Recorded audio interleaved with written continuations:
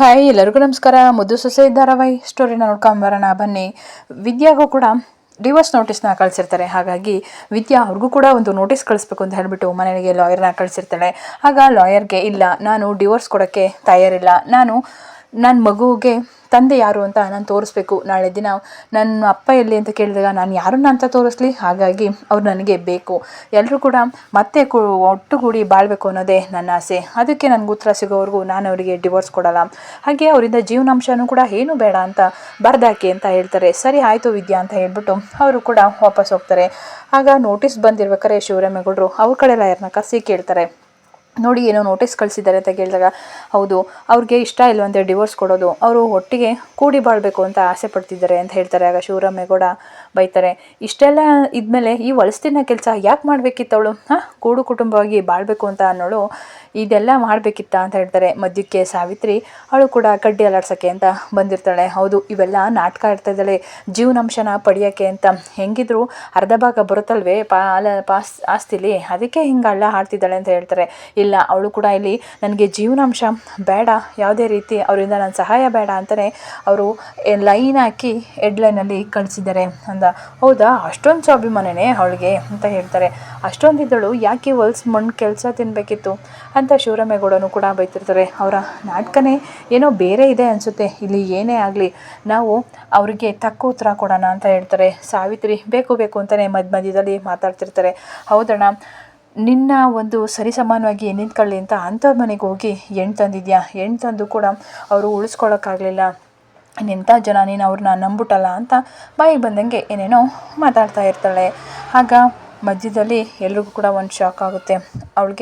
ಅವಳ ಮಗುಗೆ ತಂದೆ ಯಾರು ಅಂತ ತೋರಿಸ್ಬೇಕಂತೆ, ಹಾಗಾಗಿ ಅವರು ಡಿವೋರ್ಸ್ನ ತಗೊಳ್ಳಲ್ವಂತೆ ಅಂತ ಹೇಳ್ತಾರೆ. ಸರಿ ಆಯಿತು, ಹಂಗಾದರೆ ಮುಂದೆ ಏನು ಪ್ರೊಸೀಜರ್ ಇದೆ ಅದನ್ನು ನೀವು ಮಾಡಿ ನಾವು ಕೂಡ ಫೇಸ್ ಮಾಡೋಣ ಅಂತ ಹೇಳ್ತಾರೆ. ಆಗ ಈಶ್ವರಿ ಅವಳೊಬ್ಳು ಮೂರಡಿ ಮುಟ್ಟಾಳಿ, ಅವಳಿಗೆ ಸಿಕ್ಕಿದ್ದನ್ನು ಬಾಚ್ಕೊಂಡು ಹೋಗೋಬಿಟ್ಟು ಈಗ ಬೇಡ ಅಂತ ಅವಳು ಸ್ವಾಭಿಮಾನದಿಂದ ಬದುಕ್ತಿದ್ದಾಳೆ, ಇರಲಿ ಬಿಡು ಅಂತ ಹೇಳ್ತಾರೆ. ಆಗ ಅಮ್ಮಮ್ಮಂಗೆ ಫುಲ್ ಖುಷಿ. ನೋಡಿದ್ರ ಅವಳು ಎಂಥ ಹುಡುಗಿ ಅಂತ, ಅವಳು ಸ್ವಾಭಿಮಾನನ ಬಿಡ್ದಾಳೆ, ನಿಮ್ಮ ಸಹಾಯ ಏನು ಬೇಡ ಅಂತ ಕೇಳ್ತಿದ್ದಾಳೆ. ಸ್ವಲ್ಪ ಅಲ್ಲಿಗೆ ಅರ್ಥ ಮಾಡ್ಕೊಳ್ಳಿ, ತಾಳ್ಮೆಯಿಂದ ಇರಿ, ಯಾಕೆ ಈಗ ಎಲ್ಲರೂ ಕೂಡ ಕೋಪ ಮಾಡ್ಕೊಂಡಿದ್ದೀರಾ ಅವಳ ಮೇಲೆ, ಅವಳು ಏನು ಕೂಡ ಮಾಡಿಲ್ಲ ಅಂತ ಹೇಳ್ತಾರೆ. ಅಮ್ಮಮ್ಮ ಸಾಕು ನಿಲ್ಲಿಸು, ಇಷ್ಟೆಲ್ಲ ಮಾಡಿರೋಳು ಅವಳು ಸ್ವಾಭಿಮಾನದಿಂದ ಬೇಡ ಅಂತ ಅನ್ನೋದಿರ್ಬೋದು, ಅವಳ ಉದ್ದೇಶ ಬೇರೆ ಏನೋ ಇದೆ ಅಂತ ಹೇಳ್ತಾರೆ. ಆಗ ಲಾಯರ್ ಸರ್ಗೆ, ಸರ್ ನೀವೇನಿದೆ ಆ ಪ್ರೊಸೀಜರ್ನ ಮುಂದುವರಿಸಿ ಅಂತ ಹೇಳಿ ಭದ್ರನು ಕೂಡ ಹೇಳ್ತಾರೆ. ಆಯಿತು ಸರ್, ನಾವು ಕೋರ್ಟಲ್ಲಿ ಸಿಗೋಣ ಅಂತ ಹೇಳ್ಬಿಟ್ಟು ಅಲ್ಲಿಂದ ಎಲ್ಲರೂ ಹೋಯ್ತಾರೆ. ಆಗ ಈಶ್ವರಿ, ಇದೇನೋ ಈ ಸಮಸ್ಯೆ ಇಲ್ಲಿಗೆ ಬಗೆಹರಿಯಲ್ಲ ಅನಿಸುತ್ತೆ, ಇನ್ನೂ ಎಲ್ಲಿಗೆ ಹೋಗ್ಬಿಟ್ಟುತ್ತೋ ಏನೋ ಅಂತ ಹೇಳ್ತಾರೆ.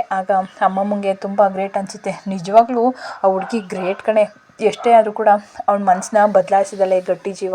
ಅದೇ ರೀತಿ ಭದ್ರನ ಮನಸ್ಸನ್ನು ಕೂಡ ಬದಲಾಯಿಸಿದ್ರೆ ಅಷ್ಟೇ ಸಾಕಪ್ಪ ಅಂತ ಬೇಡ್ಕೋತಿರ್ತಾಳೆ. ಇನ್ನೊಂದು ಕಡೆ ಸುಭಾಷ ಆ ಊರಿನ ಜನರನ್ನೆಲ್ಲ ಕರ್ಕೊಂಬಂದಿರ್ತಾನೆ.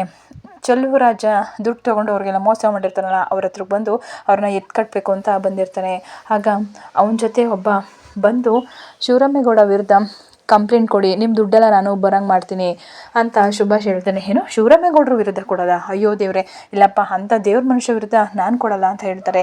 ನೀವು ಕೊಡಿ, ನಾನು ಮಿಕ್ಕಿದ್ದನ್ನು ನಾನು ನೋಡ್ಕೋತೀನಿ, ನಿಮಗೆ ನಿಮ್ಮ ದುಡ್ಡಿಗಿಂತ ಹೆಚ್ಚಾಗಿ 5 ಲಕ್ಷ ಜಾಸ್ತಿ ಬರಬೇಕು, ಆ ರೀತಿ ಮಾಡ್ತೀನಿ ಅಂತ ಹೇಳ್ತಾರೆ. ಆದರೂ ಕೂಡ ಅವ್ರ ಜನಗಳು ಒಪ್ಪಲ್ಲ. ಯಾರಿಗೆ ಗೊತ್ತು, ಅವನ ಮೂಲಕ ಚಲೋನ ಮೂಲಕ ದುಡ್ಡು ಇಸ್ಕೊಂಡಿರ್ಬೋದು. ಈ ರಾಜಕೀಯದಲ್ಲಿ ಯಾರು ಏನು ಹೆಂಗೆ ಅಂತ ಹೇಳೋಕ್ಕಾಗಿಲ್ಲ ಅಂತ ಚೆನ್ನಾಗಿ ಆ ಜನಗಳನ್ನ ತಲೆ ತುಂಬ್ತಾರೆ. ಹೌದೌದು ಇರ್ಬೋದು, ಈ ರಾಜಕೀಯದ ವ್ಯಕ್ತಿಗಳನ್ನ ನಂಬೋಕ್ಕಾಗಲ್ಲ, ಯಾವಾಗ ಬೇಕಾದರೂ ಚೇಂಜ್ ಆಗ್ಬೋದು. ಆಯಿತು, ನಾನು ನಿಮ್ಮ ಕುಟ್ಟನೇ ಕೈ ಜೋಡಿಸ್ತೀನಿ, ನಾನು ಕೂಡ ಕಂಪ್ಲೇಂಟ್ ಕೊಡ್ತೀನಿ ಅಂತ ಅಲ್ಲಿದ್ದಂತಹ ಜನಗಳೆಲ್ಲ ಒಪ್ಕೋತಾರೆ. ಆಗ ಸುಭಾಷ, ನೀನು ನನ್ನನ್ನು ಅಟ್ಟಿಯಿಂದ ಆಚೆಗೆ ಹಾಕಿದೆಯಾ ಅಲ್ವಾ ಶಿವರಾಮೇಗೌಡ, ನಿನ್ನ ಮಾನ ಮರ್ಯಾದೆನೇ ಬೀದಿ ಬರಂಗೆ ಮಾಡ್ತೀನಿ ನೋಡು ಅಂತ ಹೇಳ್ಬಿಟ್ಟು ಮಾತಾಡ್ತಾ ಇರ್ತಾನೆ. ಇನ್ನೊಂದು ಕಡೆ ಸಾವಿತ್ರಿ ಮತ್ತು ವಿನಂತಿ ಇಬ್ಬರು ಕೂಡ ಅವರು ಕೂಡ ಮಾತಾಡ್ತಾ ಇರ್ತಾರೆ. ಭದ್ರಾಮಮ್ಮ ಒಂದ್ಸಲಿ ನಿಜವಾಗ್ಲೂ ವಿದ್ಯಾ ಇಲ್ಲ ಅಲ್ವೇನವ ಅಂತ ಹೇಳ್ತಾರೆ. ಅಯ್ಯೋ ಇಲ್ಲ ಕಣೆ, ಅದಕ್ಕೆ ಅವನು ಆ ರೀತಿ ಮಾತಾಡೋದು. ಯಾವುದೇ ಒಂದು ಗಂಡಸಿಗಾಗಲಿ ತನ್ನ ಹೆಂಡತಿ ಬಗ್ಗೆ ಮನಸ್ಸಲ್ಲಿ ಒಂದು ಸಣ್ಣ ಅನುಮಾನ ಬೀಜ ಬಿತ್ತಿದ್ರೆ ಸಾಕು, ಅವನ ಜೀವನನೇ ಹಾಳಾಗೋಗುತ್ತೆ, ಅವ್ನ ನೆಮ್ಮದಿನೇ ಹಾಳಾಗೋಗಿ ಅದು ಕೋಪಕ್ಕೆ ತಿರ್ಕೊಂಡು ಅವಳನ್ನ ತುಂಬ ದ್ವೇಷಿಸೋಕ್ಕೆ ಶುರು ಮಾಡ್ತಾನೆ. ಇಲ್ಲೂ ಕೂಡ ಹಾಗೆ ಆಗಿರೋದು, ನೋಡೋಣ ತಡಿ ಏನಾಗುತ್ತೆ ಅಂತ ಅಂತಾರೆ. ಇನ್ನೊಂದು ಕಡೆ ಚಲುವಂಗೆ ಆ ಊರಿನೊಬ್ಬ ಬಂದು ಚಲವಣ್ಣ ಅಂತ ಹೇಳ್ತಾರೆ. ಏನು ಯಾಕೆ ಹಿಂಗೆ ಕೂಗಾಡ್ತಿದ್ಯಾ? ಹಿಂಗೆ ಶಿವರಾಮೇಗೌಡರು ವಿರುದ್ಧ ಜನರೆಲ್ಲರೂ ಕೂಡ ಪೊಲೀಸ್ ಸ್ಟೇಷನ್ಗೆ ಹೋಗಿದ್ದಾರೆ ಕಂಪ್ಲೇಂಟ್ ಕೊಡೋಕ್ಕೆ ಅಂತ ಹೇಳಿ ಅಂತ ಹೇಳ್ತಾರೆ. ಅದನ್ನ ಹೇಳೋಕ್ಕೆ ಅಂತ ಬಂದೆ ನಿನಗೆ ಅಂತಾರೆ. ಅದನ್ನೆಲ್ಲ ಕೂಡ ಮನೆಯವರೆಲ್ಲ ಕೂಡ ಕೇಳಿಸ್ಕೊತಾರೆ. ಅದರಲ್ಲೂ ಕೂಡ ವಿದ್ಯೆನೂ ಕೂಡ ಅದನ್ನು ಕೇಳಿಸ್ಕೊತಾಳೆ. ನಿನ್ಗೀಗ ಸಮಾಧಾನ ಆಯ್ತೇ? ಬೇಡ ಬೇಡ ಅಂತ ಹೇಳಿದರು, ನಮ್ಮ ಮಾವನ ಹೆಸ್ರು ಹೇಳ್ಕೊಂಡು ದುಡ್ಡು ತಿಂದೆ, ಇವಾಗ ನೋಡು ನಿಯತ್ತಾಗಿರುವ ನಮ್ಮ ಮಾವನಿಗೆ ಹೇಗೆ ಮಸಿ ಬಳಿಯೋಕ್ಕೆ ಅಂತ ಹೊರಟಿದ್ಯಾ? ಅವ್ರು ನಿನಗೇನು ತಪ್ಪು ಮಾಡಿದರು? ನಿನ್ಗೇನು ಮಾಡಿದರು? ಅವರು ಮಾನ ಮರ್ಯಾದೆ ಬಿಟ್ಟು ನಮ್ಮನೆ ಸಂಬಂಧ ಮಾಡಿ ನಿನ್ನೂ ಕೂಡ ಅವ್ನು ಸರಿ ಸಮಯಕ್ಕೆ ನಿಲ್ಲಿಸ್ಕೊಂಡು ನೋಡಿದ್ರು. ಅದಕ್ಕೆ ನೀನು ತಕ್ಕು ಉತ್ತರ ಕೊಟ್ಟಿದ್ಯಾ ಬಿಡು. ನಿನ್ಗೀಗ ಸಮಾಧಾನ ಆಗಿರ್ಬೇಕಲ್ವೇ? ನಿನ್ನಿಂದಾಗಿ ನನ್ನ ದೇವ್ರಂತ ನನ್ನ ಮಾವಯ್ಯ ತಲೆ ತಗ್ಸಂಗಾಗಿದೆ. ಅದೇನು ಮಾಡ್ತೀಯೋ ಬಿಡ್ತೋ ನನಗಂತೂ ಗೊತ್ತಿಲ್ಲ. ನನ್ನ ಮಾವಯ್ಯ ತಲೆ ತಗ್ಗಿಸ್ಬಾರ್ದು. ಅವರು ರಾಜಕೀಯಕ್ಕೆ ಅವರು ಕಪ್ಪು ಚುಕ್ಕಿ ಯಾವುದೇ ಕಾರಣಕ್ಕೂ ಕೂಡ ಬರಬಾರ್ದು ಅಷ್ಟೇ. ಅವ್ರು ಪೊಲೀಸ್ ಸ್ಟೇಷನ್ ಮೆತ್ತನ ಹತ್ತಬಾರ್ದು ಅಂತ ಹೇಳ್ತಿರ್ತಾರೆ. ಆಗ ಚೆಲುವ ಬಂದುಬಿಟ್ಟು ವಿದ್ಯುನ್ ಕಾಲನ್ನ ಇಟ್ಕೊತಾರೆ. ದಯವಿಟ್ಟು ನನ್ನ ಕ್ಷಮಿಸ್ಬಿಡವ, ನಾನು ಈಗಾಗಲೇ ಸಖತ್ತು ನೋವಲ್ಲಿದ್ದೀನಿ. ಏನು ನಿನಗೆ ನೋವಾ? ನಿನಗೆ ಬರೀ ಎಲ್ರಿಗೂ ನೋವು ಕೊಡೋದೇ ಹೊರತು ಸುಖ ಕೊಡೋಕ್ಕೆ ನಿಂಗೇನು ಗೊತ್ತು? ಇಷ್ಟು ದಿನ ಏನು ಸುಖ ಕೊಟ್ಟಿದ್ಯಾ ನೀನು ಅಂತ ಹೇಳಿ ಬೈತಿರ್ತಾಳೆ. ದಯವಿಟ್ಟು ನನ್ನ ತಪ್ಪಾಯಿತು, ಕ್ಷಮಿಸ್ಬಿಡವ. ನೀನು ಏನು ಹೇಳಿದ್ರು ಕೂಡ ನಾನು ಮಾಡೋಕ್ಕೆ ರೆಡಿ ಕಣವ. ಆದರೆ ನನ್ನಿಂದಾಗಿ ಶಿವರಾಮೇಗೌಡರಿಗೆ ಅವಮಾನ ಆಗಬಾರ್ದು. ಆ ಥರ ಇದ್ದರೆ ಏನು ಮಾಡಬೇಕು ಅಂತ ಹೇಳು, ನಾನು ಇಂಥದ್ದೇ ಮಾಡ್ತೀನಿ ಅಂತ ಹೇಳ್ತಾಳೆ. ಇನ್ನೊಂದು ಕಡೆ ಶಿವರಾಮೇಗೌಡರು ಮನೇಲಿ ಮಾತಾಡ್ತಿರ್ತಾರೆ. ಭದ್ರಾ ಮನಸ್ಸು ಸರಿ ಇಲ್ಲ ಬಾವ, ಹಾಗಾಗಿ ಎಲ್ಲ ವ್ಯವಹಾರನೂ ನಾವೇ ನೋಡ್ಕೋತೀವಿ, ಅವ್ನು ಸ್ವಲ್ಪ ಹುಷಾರಾದರೆ ಸಾಕು, ಎಲ್ಲ ವ್ಯವಹಾರನೂ ಅವನೇ ನೋಡ್ಕೋತಾನೆ ಬಿಡಿ ಅಂತ ಗೋವಿಂದ ಹೇಳ್ತಾನೆ. ಅದೇ ಟೈಮ್ಗೆ ಜೋರಾಗಿ ಈಶ್ವರಿ ಬರ್ತಾಳೆ.